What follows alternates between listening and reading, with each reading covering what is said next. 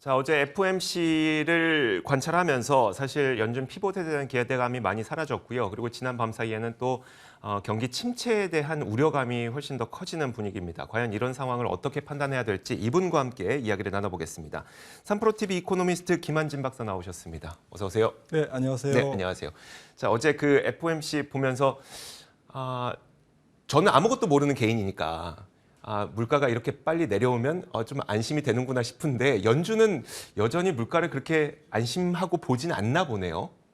네, 일단 11월 물가 지표를 네. 뭐 점도표라든지 네. 혹은 성명서라든지 또 파월 의장의 연설에 아주 잘 녹여 나간 것은 아닌 것 같습니다. 네, 그러니까 물론 이제 기자분들의 질문에 네. 11월 물가 지표 봤냐? 네. 그랬더니 보고 왔다라고 얘기했지만 어쨌든 성명서라든지 모든 의견, 네. 연준 위원들의 모든 의견에는 뭐 그다지 반영이 안 된 네네. 그런 느낌을 받았습니다. 그러면 연준 입장에서는 그럼 물가가 어느 정도 돼야 그들은 괜찮은 것 같습니다. 2% 도달해서는 아닐 것 같고 그 전 어디쯤이 아닐까요? 네, 그렇죠. 네. 지금 뭐 목표는 2%라는 물가를 어제 기자회견에서도 아주 못 박았습니다. 네네. 그러니까 2%를 이 기준을 3%라든지 그 위로 이렇게 변경할 가능성이 있느냐라는 질문에 네네. 전혀 없다. 잘라 말했거든요. 그러니까 목표는 분명합니다. 2%라는 네네. 목표는 분명한데 말씀 주셨듯이 2%로 가는 과정, 네네. 가는 그 어느 과정 중에서 이제 물가에 대한 자신감을 피력할 것 같은데요. 네. 제 생각에는 CPI 기준으로 5%를 하향 돌파하면 조금 우리는 이제 물가에 대해서 많이 네네. 접근했다. 네네. 목표에 많이 접근했다라는 표현을 쓸 것 같습니다. 이제 그 시점은 저희들이 볼 때는 내년 한 6월 정도 가능성이 있고 일단 기준금리가 내년 3월에 혹은 5월에 5% 내지 5.25%에 도달할 가능성이 높기 때문에 네. 소비자 물가가 그것보다 기준금리보다 더 낮아지면 네네. 5% 이하로 내려가면 결국 기준금리가 물가보다 높은 상태에서 네. 연준은 굉장히 편안한 그런 멘트를 날리지 않을까 이렇게 기대를 해봅니다. 그쯤이 네. 되면 좋습니다. 그러면 사실 근데 이번에 또 확인이 됐던 게 2024년까지 3.1%. 그러면은 이제 결국 그래서 내년엔 금리 인하는 전혀 없는 거다라는 게 이제 점도표를 통해서 확인이 된 거잖아요. 근데 말씀하셨던 것처럼 한 6월쯤이면 연준이 좀 편안해질 거다. 그럼 그쯤 되면 피봇이 나타날 수 있는 걸까요? 아니면 피봇은 그래도 2023년 이후에 나타나게 되는 걸까요? 네, 물론 이제 점도표는 항상 과거에도 보셨겠습니다만은 항상 변하죠. 네네. 네, 그리고 말을 바꿉니다. 네. 그래서 점도표가 무슨 헌법은 아니고요. 그래서 이렇게 말을 바꾸면서 이제 또 좀 일찍 피봇이 일어날 수도 있는데 네. 일단은 어제 점도표로만 봐서는 어쨌든 2023년 통째로 금리 인하는 없다라는 것이 일단 선언적으로 발표된 셈이고요. 네.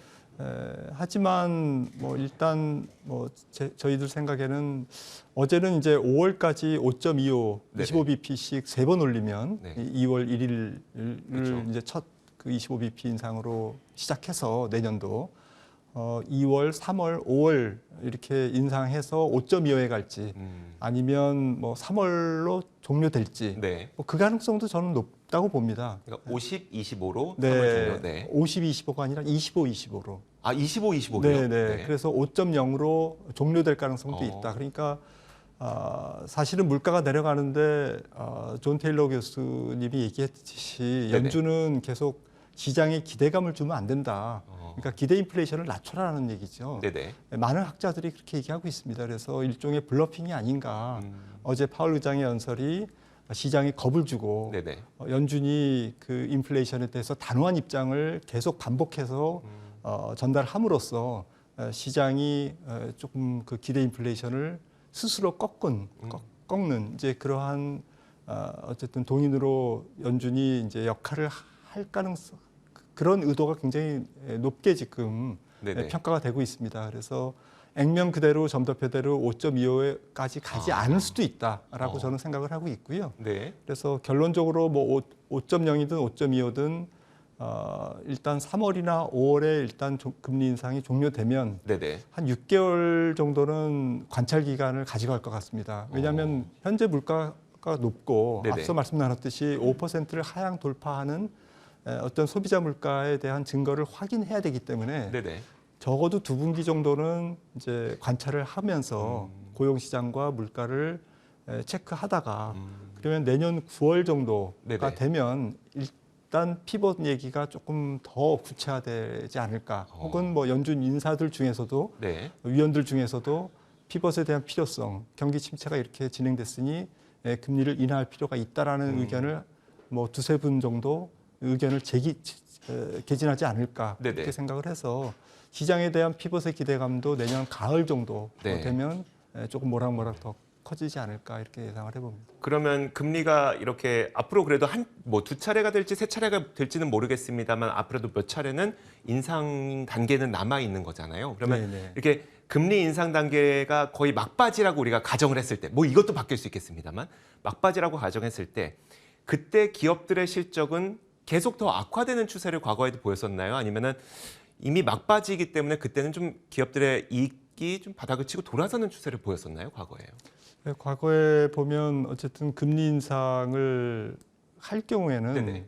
그 예전에는 기업 이익이 좋았습니다. 아, 그래요? 네, 그러니까 경기가 좋고 기업 이익이 좋기 때문에 네네. 인플레이션 압력이 더욱 커지고 그러면서 연준이 금리를 인상하는 케이스가 일반적이었다면 이번 같은 경우에는 경기가 아주 안 좋음에도 불구하고 그리고 올해보다는 내년도 경기가 더 안 좋을 것으로 예상됨에도 불구하고 네. 연준이 내년까지 금리를 일단 올리고 또 그뿐만 아니라 높은 기준금리를 계속 유지해가는 약간 과거의 어쨌든 통화정책 경로하고는 매크로 환경에서 좀 미스매칭되는 네네. 그런 부분인데요. 잘 아시다시피 그거는 너무 높게 이제 인플레이션이 형성돼 있기 때문에 물가가 내려오는데 시간이 걸린다라는 거죠. 시간이 걸림으로써 연준도 경기 침체가 불가피하는 그런 측면을 인정하는 거고요. 네.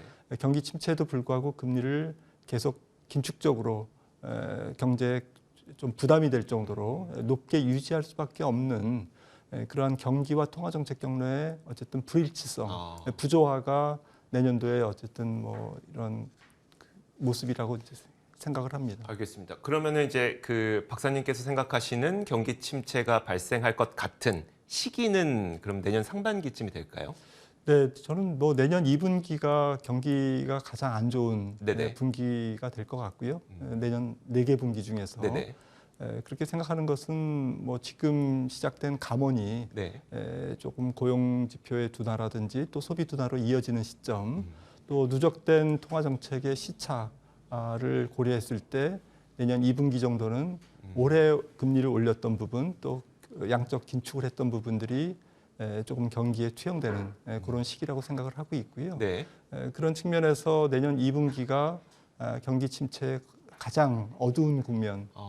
물론 이제 그 이후에도 내년 하반기에도 경기 침체가 좀 계속되겠지만 어쨌든 기대치를 하회하는 경제 지표가 계속 나오면서 투자자들을 계속 심리적으로 압박하는 이제 그러한 시점은 내년 2분기라고 보고 있고요.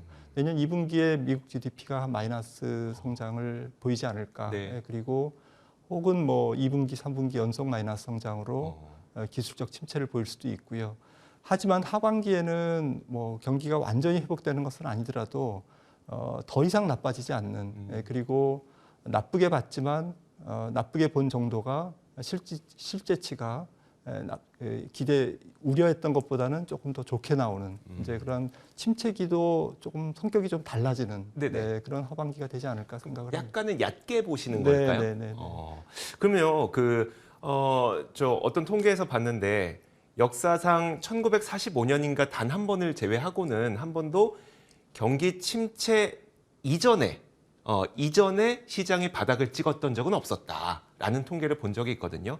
만약에 2분기를 예상하신다면 지금 시장이 혹시 다시 한번 미국 기준으로 신저점을 기록할 가능성도 있다고 보세요? 어떠세요?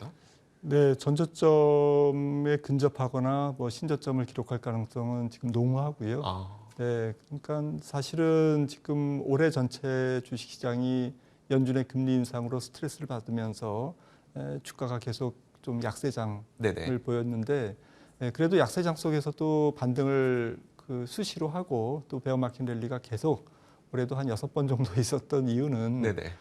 본격적으로 그 경기가 악화된 건 아니었거든요. 네. 악화될 것이다라는 거고 조금 슬로우 다운 되는 것은 맞지만 또 기업 실적도 조금 좀 주춤거리고 하지만 또 예상치보다는 그렇게 나쁘게는 안 나오는 네. 기업 실적이 좀 선방을 했다 그럴까요? 이런 상황에서 베어마켓 랠리가 계속됐지만 내년도에는 이제 경기 침체가 이제 조금 구체화되면서 네. 우리가 숫자로 보면서 GDP가 본격적으로 꺾여 내려가고 기업 실적이 안 좋아지면서 그걸 확인하면서 한번 주가가 움찔거리는 이제 그러한 전형적인 역실적 장세가 좀 예상되고요. 네. 그런 그 역실적 장세의 하락폭이 어느 정도일까는 사실은 국가마다 다를 것 같습니다. 네. 근데 미국 같은 경우에는 기업 실적이 저는 그렇게 나쁘지 않을 것으로 보이기 때문에 그렇게 뭐 좀 큰 폭의 하락보다는 그 경기 둔화를 좀 확인하는 정도의 수준에서 좀 가볍게 올 가능성.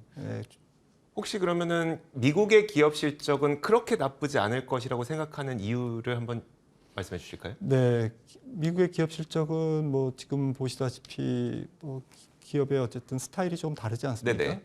빅테크라든지 또 좀 유행을 많이 타는 밈 주식 같은 경우에는 지금 뭐 주가가 많이 올라 있는 상태에서 밸류에이션이 높은 종목들도 많고요. 네네. 하지만 뭐 대부분의 이제 좀 안정 소비재, 네네. 좀 글로벌 주식 경제에서 상당한 그 확고한 점유율을 확보하고 있는 그러한 그 글로벌 소비재 같은 경우에는 사실은 기업 실적이 그렇게 망가지지는 않고 그렇겠네요. 있고요. 또 내년도에 좀 전체적으로 중국이 어떻게 될지 모르겠습니다만 또 리오프닝이 계속되면 네. 올해보다는 중국향 매출이 그렇게 크게 줄지는 않을 것 같고요. 네네. 그런 측면에서 전반적으로 미국 기업 실적은 조금 방어적이다 이렇게 보고 있습니다. 미국 기업 실적이 타격을 받았던 게 또 강달러도 있었으니까 그 강달러도 좀 완화될 것으로 계속 완화 추세를 보일 것으로 예상하세요? 맞습니다. 올해 같은 뭐 달러 인덱스가 114에서 떨어졌으니까요. 뭐 114까지 올랐으니까 네네네. 그 정도의 강달러는 좀 이제는 없을 것 같고요. 지금 114에서 지금 뭐 104까지 내려온 상태에서 다시 또 달러 강세가 뭐 좀 진행되더라도 저는 일부 좀 진행될 거라고 봅니다. 아, 네네. 간헐적으로. 하지만 110을 넘지는 않는 그러한 조금 제한적인 달러 강세라고 본다면 그런 측면에서 미국 기업들이 조금 이익이 방어될 것 같습니다. 알겠습니다. 결국은 이제 역실적 장세를 말씀해 주신 건데 그런 상황에서는 그럼 투자자분들은 어떤 투자의 자세를 가져야 되는 걸까요? 네, 지금 뭐 사실 편안한 밸류에이션에 이미 도달한 종목들도 많고 네. 아직까지 조금 불편한 밸류에이션, 조금 높은 밸류에이션을 아직 형성하고 있는 섹터나 종목들도 많거든요. 네. 그래서 이렇게 혼재돼 있기 때문에 내년도에는 이제 매크로 상황보다는 점차 이렇게 종목에 집중하시는 좀 마이크로로 접근하는 것이 좋을 것 같고요. 지금 올해는 사실은 연준 때문에 울고 웃고 그다음에 인플레이션 때문에 굉장히 좀 힘든 한 해였는데 네네. 내년도에는 이런 매크로 환경보다는 종목에 좀 집중하시는 게 좋지 않을까. 특히 밸류에이션이 이미 낮아져 있는 네네. 성장주 같은 경우에 뭐 미국이나 또 우리나라에서도 PR이 뭐 시장 PR 대비 그렇게 높지 않게 이미 떨어진 성장주들이 많아졌고요. 네네.